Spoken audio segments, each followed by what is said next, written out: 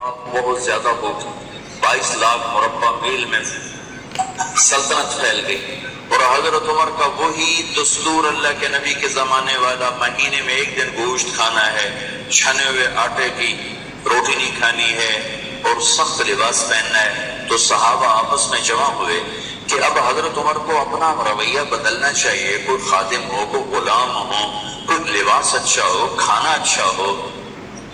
آپس میں بات، اچھا بھی کون بات کرے؟ حضرت علی نے فرمایا کوئی نہیں مانیں گے، کہ نہیں ہم بات کرتے ہیں۔ اچھا کون بات کرے؟ تو سارے ڈر کے کہنے لگے ہم تو نہیں کرتے۔ اچھا بھائی کون بات کرے؟ چلو حضرت عائشہ سے کہتے ہیں، حضرت حفصہ سے کہتے ہیں وہ بات کریں، چونکہ وہ اللہ کے نبی کی بیگمات ہیں تو ان کا ضرور وہ خیال بھی کریں گے، پروٹوکول بھی دیں گے۔ تو ایک بیٹی ہے حضرت حفصہ، یہ دونوں امہات المومنین تشریف لائیں۔ آپ اٹھ کے بیٹھ گئے۔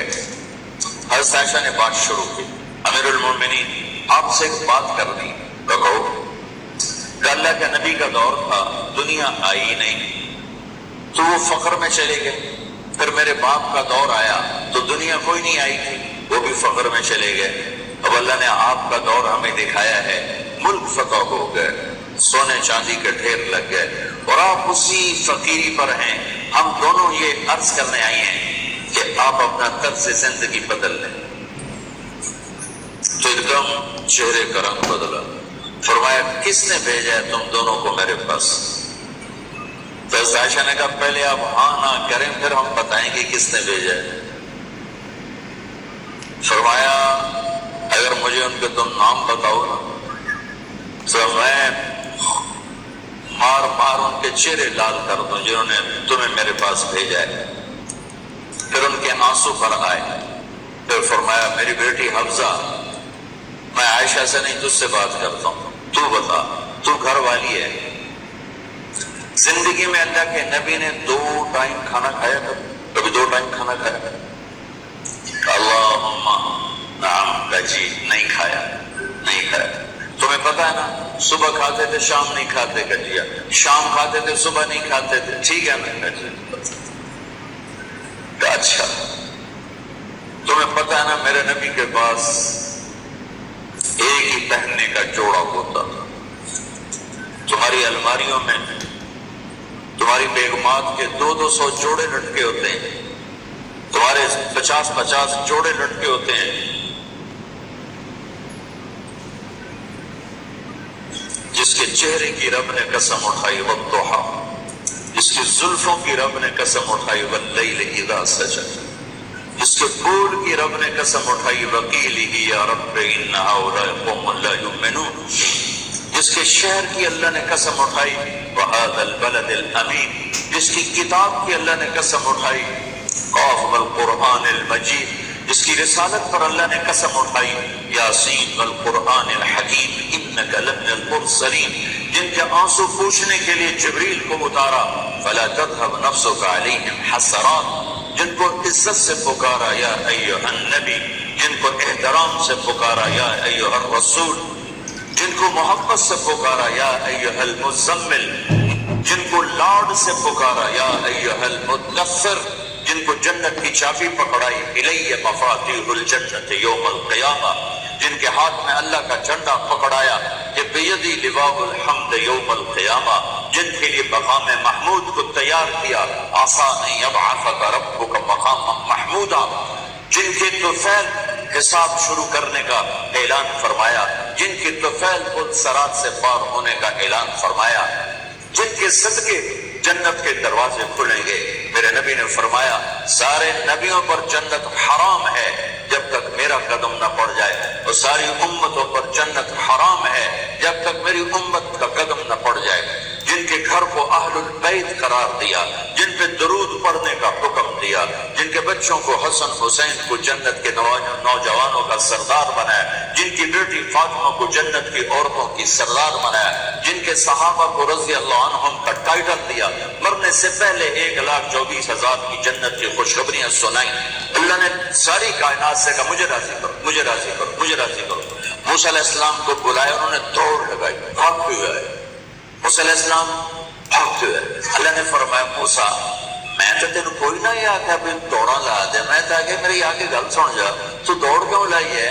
تو موسیٰ علیہ السلام نے کہا عجلت الیک رب لترضی، یا اللہ مالک بلائے اور نوکر بھاگ کے جائے تو مالک کو خوشی ہوتی ہے، میں اس لیے دوڑا ہوں کہ تو راضی ہو جائے۔ اور وہ رب جو کل کائنات سے کہتا ہے، مجھے لگتا دار جمیل سمل کے بیان کری میں بیدا لوگاں دی واہ واہ تو چکر نہ کھا جا،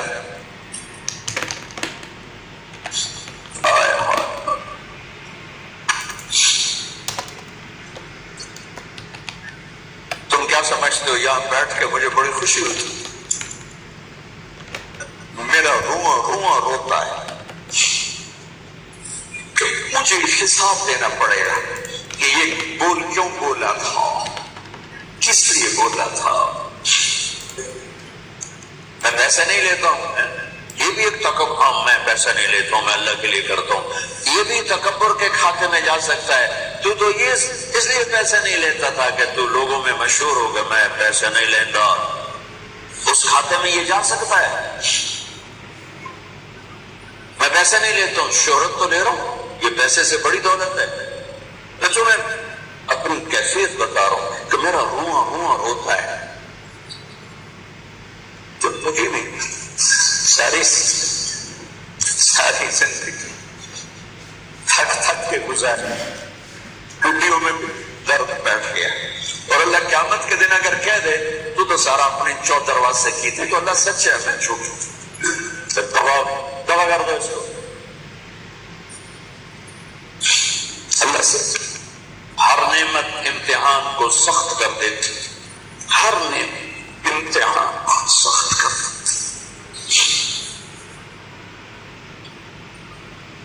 میں نے گمنامی کا دور بھی دیکھا ہے، رائمنڈ پڑھتا تھا، میں اینٹ کے سرانہ بنا کے سوتا تھا، رات کو بستر لوگوں میں تقسیم کر دیتا تھا اپنا بستر، جو اس وقت تھوڑے سے لوگ آتے تھے تو میں رات کو چکر لگاتا، تو جن لوگوں کے پاس بستر نہیں ہوتا تھا کسی کو سرانہ دے دیتا، کسی کو چادر، کسی کو دری، کسی کو کھیس، گیا سامنے برانڈا جے اتھے آ کے رکھ دے وجے، اور میں ایک اینٹ اٹھاتا اور اس پر اپنا چھوٹا سا رومال رکھ کے اینٹ کا سرانہ بنا کے میں سو جاتا تھا۔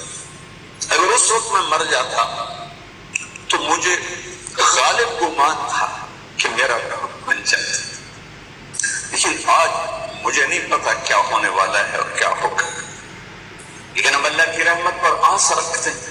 ساری دنیا سے کہتا ہے مجھے راضی کرو، اور خود کہتا ہے میرے حبیب میں نے آپ کو راضی کرنا ہے، میں نے آپ کو راضی کرنا ہے، وَلَسَوْفَ يُعْتِيكَ رَبُّكَ فَتَرْضَىٰ، میں نے آپ کو راضی کرنا ہے۔ اتنی بڑی ہستی حمزہ، تیرے گھر میں نبی کے دو جوڑے تھے یا ایک تھا؟ ایک تھا، کہ اسی کو خود دھوتے تھے، نوکر نہیں دھوتا تھا، بیگم نے خود دھوتے تھے، سکھاتے تھے، پہن کے باہر آتے تھے۔ کئی دفعہ ایسا ہوا کہ نہیں ہوا کہ نماز کا ٹائم آیا اور بلال نے آ کے آواز لگائی یا رسول اللہ نماز کا وقت ہو چکا ہے، اور آپ فرماتے تھے بلال ابھی میرے کپڑے خشک نہیں ہوئے، ہونے سکھنے پائے، ہونے سکھنے پائے، علی گلے میں آ جانا۔ نماز لیٹ ہو جاتی تھی، کپڑے خشک نہیں ہوتے تھے، اور تمہیں وہ دن تو یاد ہوگا کہ ایک دفعہ جوڑا بھی نہیں تھا، ایک چادر ہی تھی، اسی کو گلے میں اور بدن پہ لپیٹ کے نماز پڑھائی تھی۔ اور تمہیں وہ بھی یاد ہوگا کہ ایک دفعہ چادر بھی نہیں تھی تو ایک انصاری عورت سے کپڑے ادھار مانگ،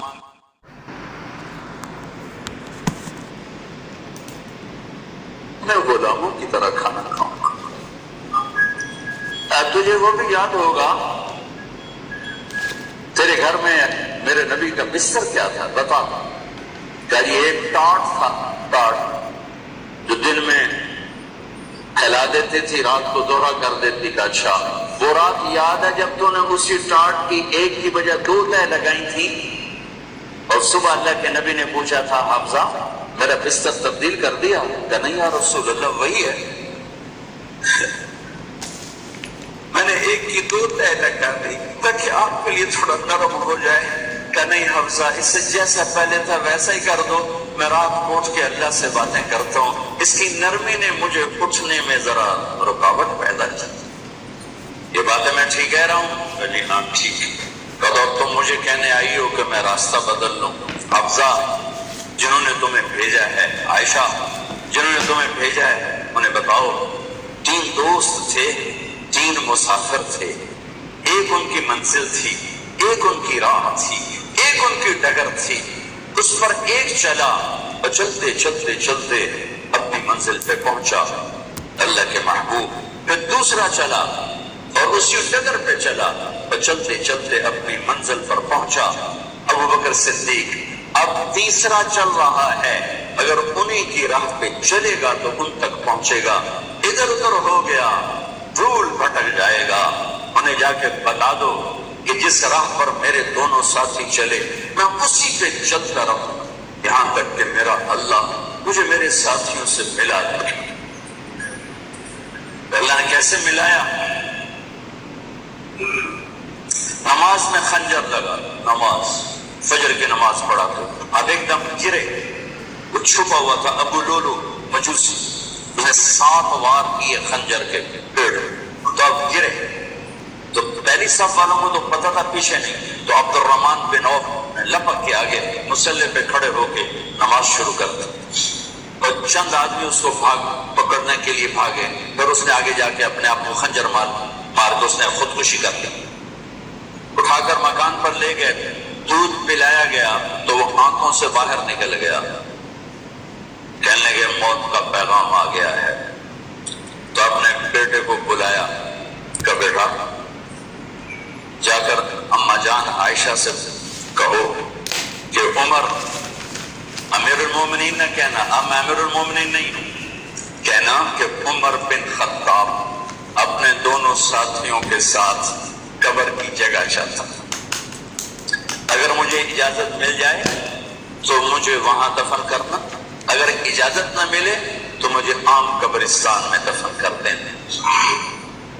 عبداللہ بن عمر تشریف لے گئے تو اما عائشہ بیٹھی رو رہی تھی، کہ اما جان میرا باپ عمر بن خطاب اجازت چاہتا ہے قبر کی اپنے دونوں ساتھیوں کے ساتھ۔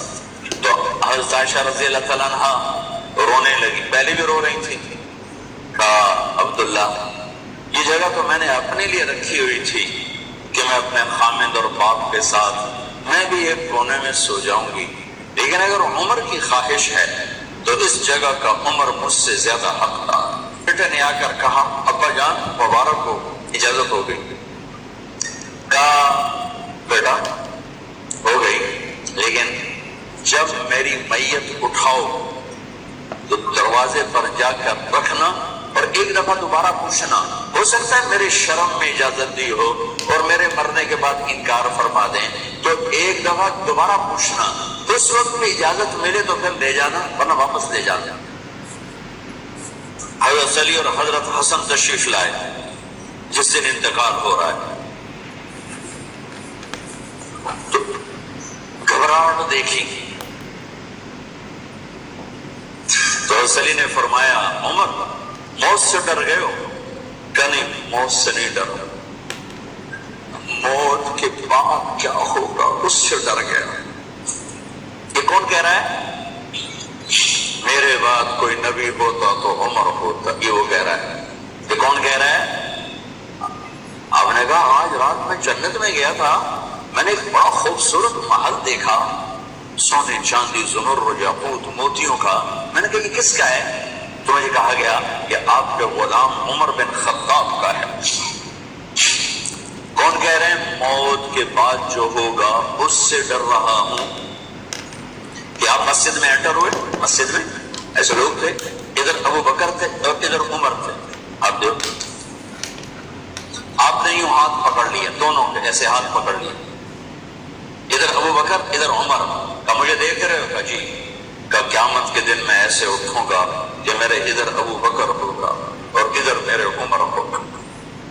یہ عمر کہہ رہے ہیں موت سے نہیں ڈرا ہوں، موت کے بعد کیا ہوگا اس اس پہ ڈر رہا ہوں۔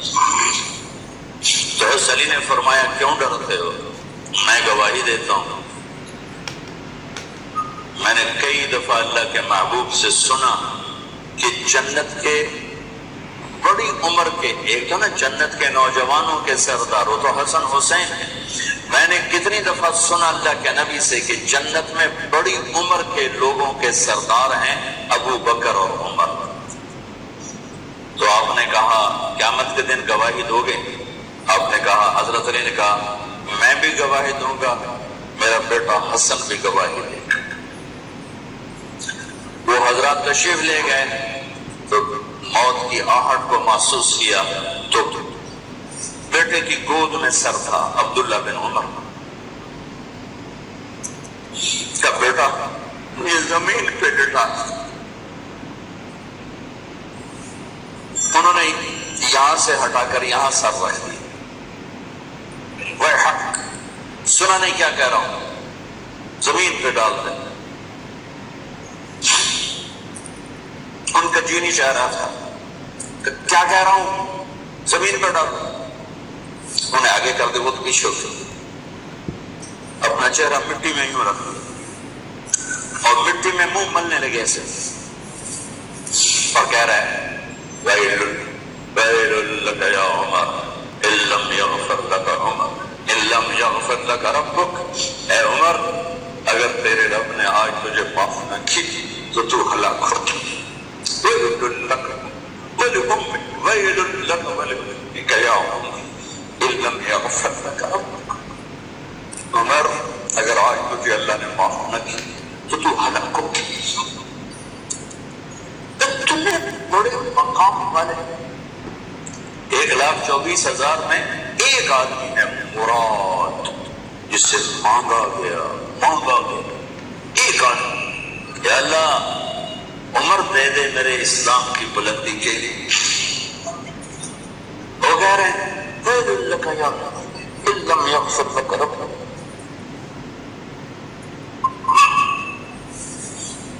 اے عمر، تو برباد ہو گیا اگر تیرے رب نے تجھے معاف نہ کی۔ یہ کہتے جان نکل گئی۔ صہیب رضی اللہ عنہ نے آپ نے وصیت فرمائی تھی میرا جنازہ صہیب پڑھائے، رومی جنازہ پڑھایا گیا، کندھوں پہ اٹھایا گیا، اور آ کر اماں جان عائشہ رضی اللہ عنہ کے دروازے پر عبداللہ بن عمر، باقی تو کوئی پتہ نہیں تھا کسی کو، گوے ٹھہر جاؤ، جنازہ یہاں رکھ دو۔ پھر آگے بڑھے، دستک دی، اماں جان میرا باپ عمر بن خطاب دروازے پہ پہنچ چکا ہے، اندر آنے کی اجازت ہے۔ تو اماں جان عائشہ نے فرمایا مرحبا بعمر، ہم عمر کو خوش آمدید کہتے ہیں، اور باہر تشریف لے گئی۔ وہیں حجرہ مبارک میں قبر کھودی گئی تو عبداللہ بن عباس فرماتے ہیں کہ میرے کندھے پر کسی نے ہاتھ رکھا تو میں نے یوں پیچھے مڑ کے دیکھا تو جناب امام المتقین حضرت علی کھڑے ہوئے رو رہے تھے اور فرما رہے تھے عمر مجھے پتا تھا تیرے سوا یہاں کوئی نہیں آ سکتا، مجھے پتا تھا یہاں تو ہی آئے گا اور کوئی نہیں آ سکتا، چونکہ میں نے ہزاروں دفعہ سنا خرجت انا و ابو بکر و عمر دخلت انا و ابو بکر و عمر۔ میں نے ہزاروں دفعہ اپنے نبی کی زبان سے سنا میں اور ابو بکر عمر گئے تھے، میں اور ابو بکر عمر آئے تھے، میں اور ابو بکر عمر اندر گئے تھے، میں اور ابو بکر عمر باہر گئے تھے۔ میں نے اپنے نبی کے نام کے ساتھ تجھے اور ابو بکر کو اتنا سنا ہے کہ کسی کو نہیں سنا، لہذا مجھے پتا تھا تو اسی جگہ پہ آئے گا، تیری یہی جگہ ہے۔ میرے بھائی بہنوں، یہ وہ لوگ ہیں جنہوں نے رضی اللہ عنہ کا ٹائٹل جیتا اور پھر روتے روتے مر گئے۔ مجھے کیا خبر کیا ہونے والی، اب کو کیا خبر کیا ہونے والی؟ بے شک میرا رب رحیم ہے، مجھ کے رحم کے تو فیدی کام بنے گا، کیڑیاں تقریرات تے کیڑے علم کڑیاں نمازاں تے کڑیاں سجدہ، کب تو اس کی رحمت پر بنے گا، پر یہ اعمال اس کی رحمت کو لینے کا راستہ ہے۔ یہ بھی ٹھیک نہیں ہے کہ اللہ غفور الرحیم ہے، آپ ہی معاف کرے گا، یہ یزید اور حسین کو برابر تو نہ کر۔